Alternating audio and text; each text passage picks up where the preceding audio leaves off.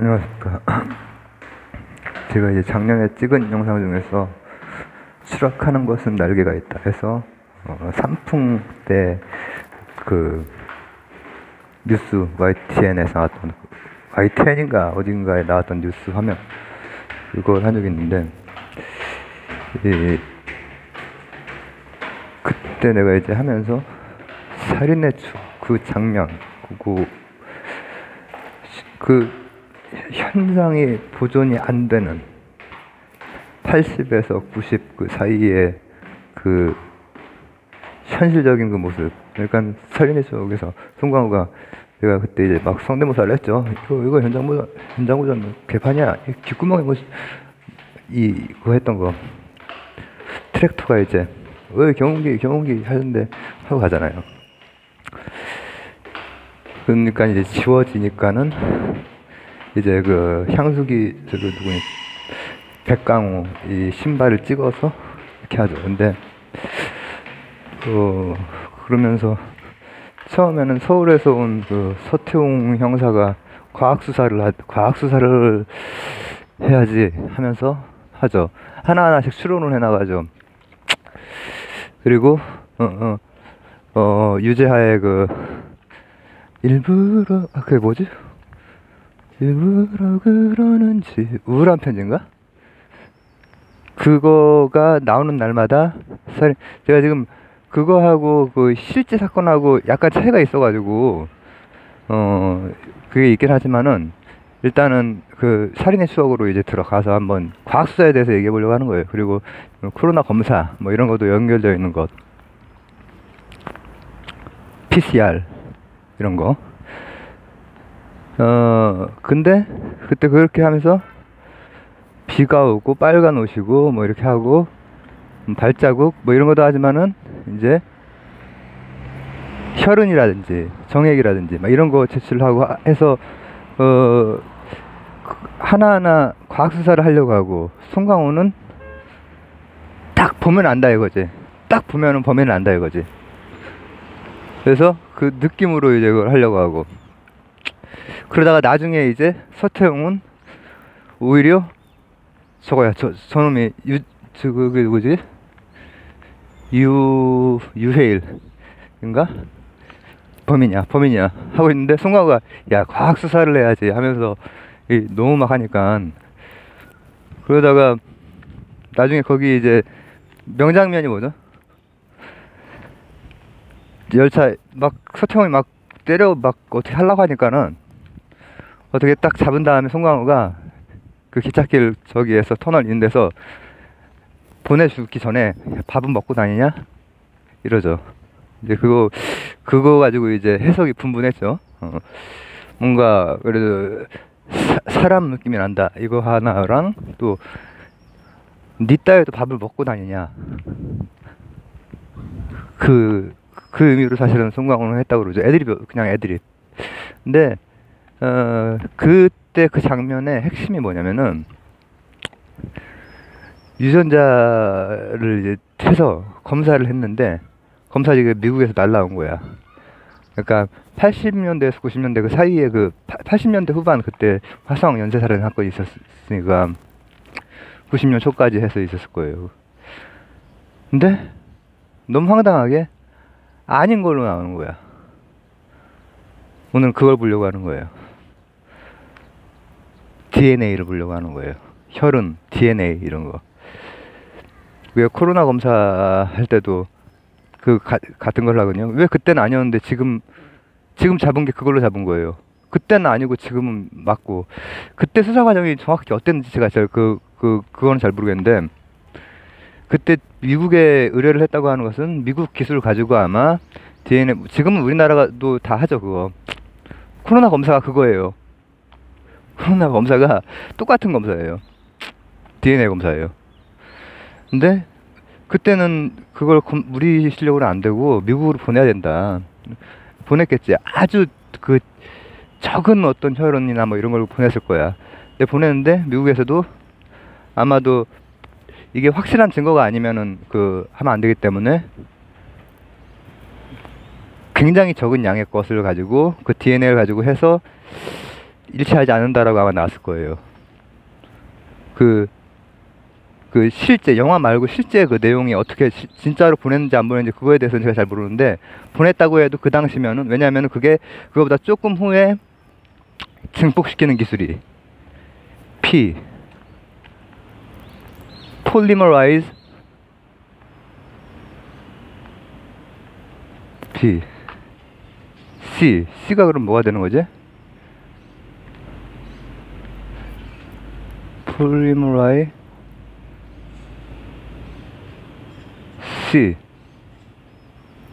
C가 그 다음 R이 리액션. C가 헷갈리네. 연쇄적인 이런 뜻일 텐데 C가, 그죠? 중첩 중합 효소가 연쇄적으로 반응하는 그걸 가지고 하는 거예요. PCR. C가 왜 생각이 안 나지? 죄송합니다.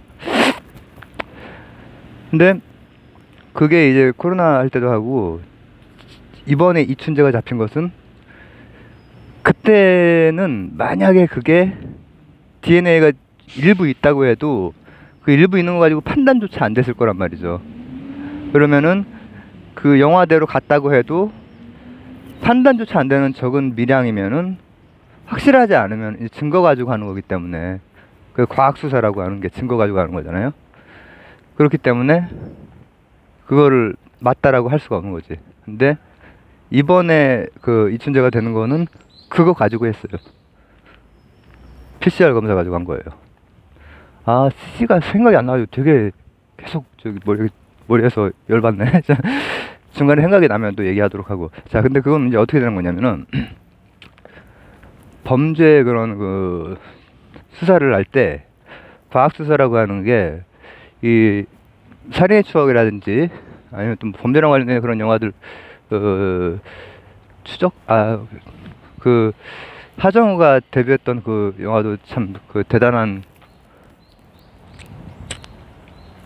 끔찍한 그런 거였는데, 추적자였나? 근데 그때 영화에서 보여주는 것은 우리 같은 일반인들이 알기 좀 쉬운 정도까지고, 실제로 이제 과학수사 하면은, 자, 체액이나 뭐 이런 게 있으면 거기에 DNA가 있겠죠. 약간 흔적이 있을 때는 이제 하기가 힘들지만은, 지금은 그걸 증폭해서 하는 것이고, 오늘 이제 과학수사에 혈흔 가지고 한번 해보도록 하는 거죠. 혈흔이나 체액 가지고. 그 끔찍했던 장면이, 하정우가 슈퍼마켓으로 도망간 그 여자를 결국은 이렇게 해서 죽이잖아요. 망친가 가지고 죽이죠. 그때 팍 피가 막 이렇게 튀어들어.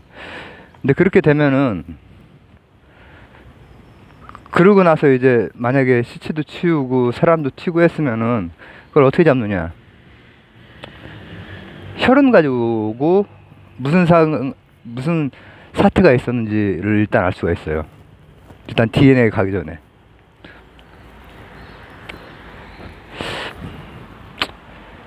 혈흔은 물방울이 딱 떨어졌으면은 동그랗게 이렇게 되겠죠. 동그랗게 원의 형태를 띠겠죠.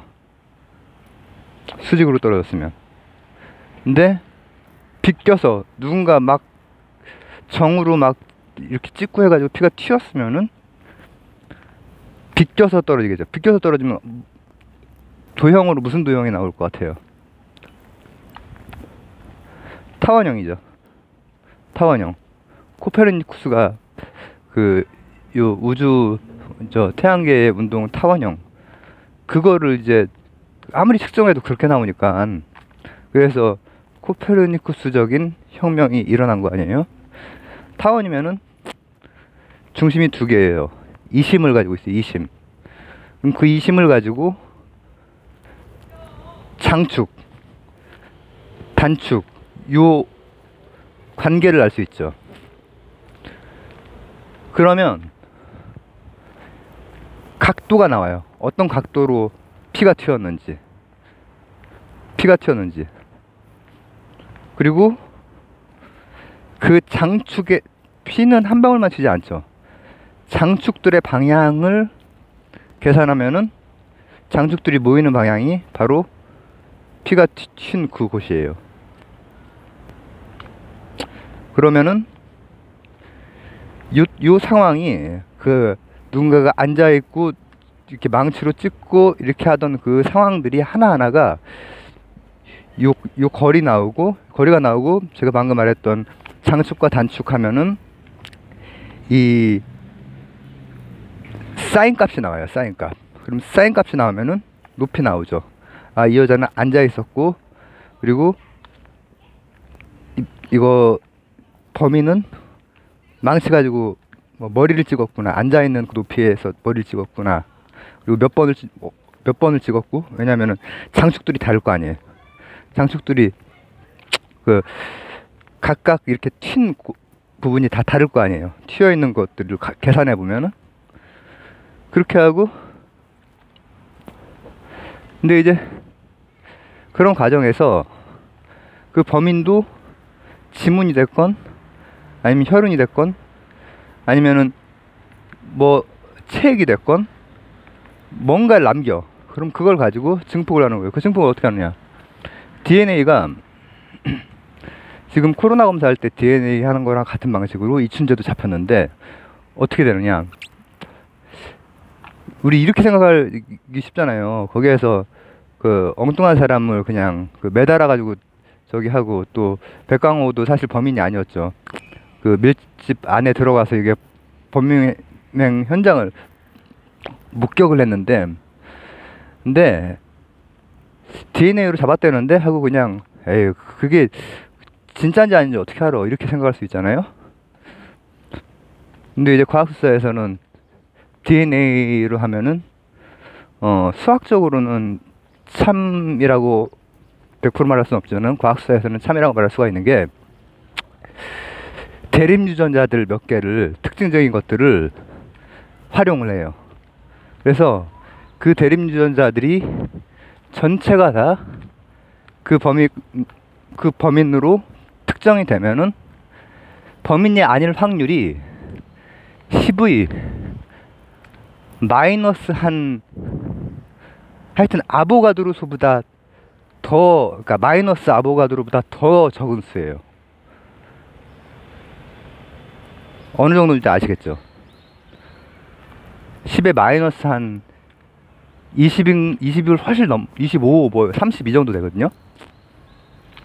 만약에 그렇게 했는데 범인이 아닐 확률이 0.01% 이게 아니라 0.0이 한참 가다가 1인데, 그것은 이제 물리학에서 일어나지 않는다고 하는 그, 제가 엔트로피 편도 올렸죠. 그렇게 된단 말이죠. 그러면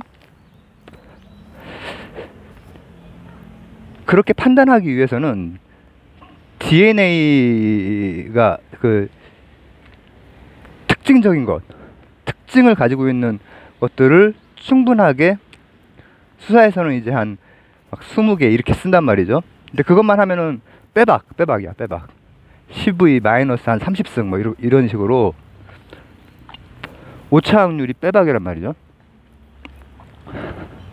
근데 그걸 얻기가 힘든 거지. 원래는 얻기가 힘들었지. 근데 DNA가 합성을 할 때 중합효소라고 하는 것이, 체인. PCR에서 체인, 연쇄니까 체인이다. 폴리머라이즈 체인 리액션 가지고 하는 거죠. 원래 만들 때 그 중합효소라고 하는 것이 이렇게 딱 들어가서, 이게 보통 뭔가가 자연 그냥 물질 그 상태에서 뭔가가 일어난다라고 하는 것은 굉장한 에너지가 있거나 아니면은 효소 같은 게 있거나 문턱값을 낮춰주는, 그래야 되는 거예요. 그래야 되기 때문에 우리가 이런 디지털 이런 거, 건전지라든지 배터리라든지 이런 거 할 때도 이제 촉매 이런 게 중요한 거죠. 그 촉매 역할을 몸에서는 훨씬 더 이제 입체적인 차원이 하나 메타적인 효소가 해주는데, 그 중합 효소가 DNA를 합성할 때 그거랑 또 뭐 그게 우리나라 말로 된 거는 좀 시발체 처음 시작하는 그 어떤 것에서부터 뭐 마그네슘 이온이라든지 이런 것들이 이런 조건 하에서 그 효소 가지고 합성을 하는 거예요. 근데 그건 알고 있었는데 그걸 가지고 지금 이렇게 쓰게 된 것은, 이게 우리가 뭘 효소를 따라해서 배터리에다가 백금 말고 다른 효소 같은 거를 써보려고도 하고 하는데 그게 쉽지가 않잖아요. 근데 그 효소를 할 만한 것이 없어. 우리가 만들어내기가 어려웠는데, 일본에서 제가 그 우주 탐험이랑 해양 탐험을 같이 얘기했던 편이 있는데, 거기에 보면은 지구의 극한 지방, 우주, 그리고 또 해양에도 다 생명체가 미생물이 산다. 근데 그 미생물을 연구하던 일본의 학자가 이 온천 같은 데도 진짜 막 그 황산이 뿜어져 나오는 그런 그 극한의 상황에서도 사는 미생물들이 있거든요. 근데 그런 미생물 중에서 중합효소의 역할을 해줄 수 있는 놈을 찾아낸 거야.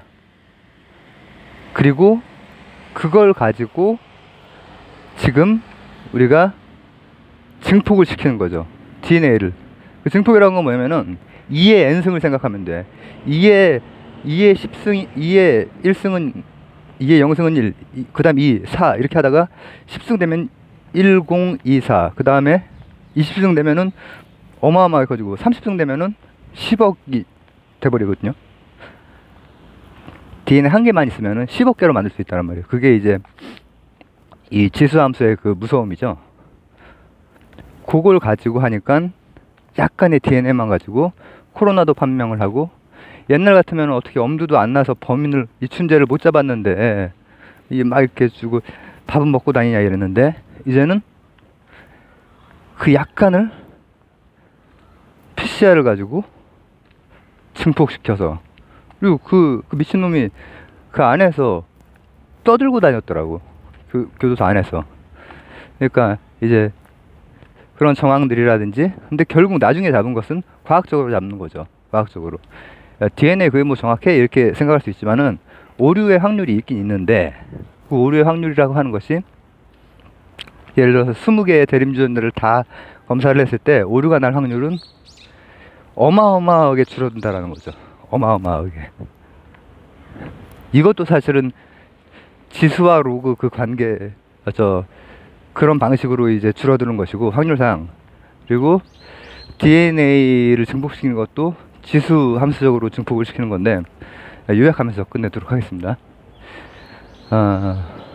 살인의 추억. 그리고 제가 이제 범죄 그 영화 중에서 끔찍했던 게 이제 두 개죠. 추격자. 추격자가 제 그 이제 친구가 사실 거기에서 그 조감독으로 했던 영화인데, 그래서 봤죠. 원래 뭐 이렇게 범죄 영화나 이런 걸 잘 안 봤는데, 내 친구가 만든 거니까 그래도 한번 봤지. 그리고 또 하나는 살인의 추억은 제가 송강호 영화는 거의 다 봤기 때문에 그걸 봤죠.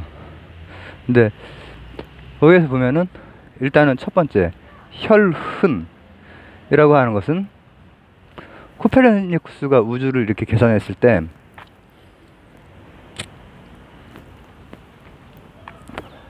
내 마음에서는 원이 나왔으면 좋겠는데 데이터는 타원이야. 짜증나지. 하지만 타원이라는 걸 받아들이는 순간 우주가 설명이 됐어. 그러면 혈흔도 타원을 활용할 수 있는 거야. 타원의 장축과 단축, 이심. 심이 두 개란 말이야. 중심이 두 개. 그걸 통해서 어느 위치에서 몇 번 쳤으며 뭘로 쳤으며 또 뭐 다양한 정황들이 그것들 가지고 혈흔이 남아있는 이 타원에 대한 분석, 한 개만 남지 않으니까 여러 개가 되면은 여러 방향이 되고 하면은 구체적인 장면들, 위치 이런 것들이 다 계산된단 말이에요. 요게 이걸 가지고 사인 값을 얻어낼 수 있고, 그럼 사인 값을 얻는다는 것은 높이를 알 수가 있는 것이고, 거리를 알고 있으면 높이를 안다는 것은 어느 위치를 찌르거나 아니면은 때리거나 했는지가 나오는 것이고, 그리고 그게 이제 하나의 그 과학수사라고 하는 것의 그 하나의 그 뭐라고 하면 좋을까, 수학적인 과학적인 그런 것이고, 또 하나는 DNA가 있는데, 이춘재는 그게 이춘재가 그 영화에 나온 게 그 이춘재가 맞나 모르겠어요. 밥은 먹고 다니는 그게 유해일 아이도 나 이름도 생각이 잘 안 나지. 어쨌든 그 손이 고운 남자가 이렇게 한 게. 근데 그때는 미국으로 만약에 그 영화가 그대로라면 미국으로 갔어도 증폭을 안 시키면은 잡기가 어려웠어. 근데 그 증폭은 원래 유전자 합성 자체가 효소로 중합 효소 가지고 하는 건데, 그걸 우리가 활용하기는 되게 어려워. 그러니까는 체내에 있는 여러 가지 효소 작용이나 이런 걸 흉내내서 우리가 기술에 쓰려고 하는 것에 늘 한계가 있거든요. 근데 아예 미생물학이 이제 발달을 하면서 온천에 사는 미생물, 그걸 갖다가 그냥 효소로 쓰는 거야. 쓰니까는 2의 n승번, n승만큼 증폭이 되는 거야. 그러니까는 우리가 한 몇 번 하면은 2의 몇 승이 되니까는 무시무시한 수가 되는 거예요. 그렇게 해서 증폭을 시켜서 이춘재를 잡았고, 그리고 증폭을 시켜서 우리가 코로나 바이러스도 그 DNA 증폭을 통해서 잡아낸다는 거죠. 판명이 나온다는 거죠. 그래서 오늘은 간단히 간단하진 않았구나. 살인의 추억 관련한 과학수사에 대해서 한번 얘기 나눠봤습니다. 감사합니다.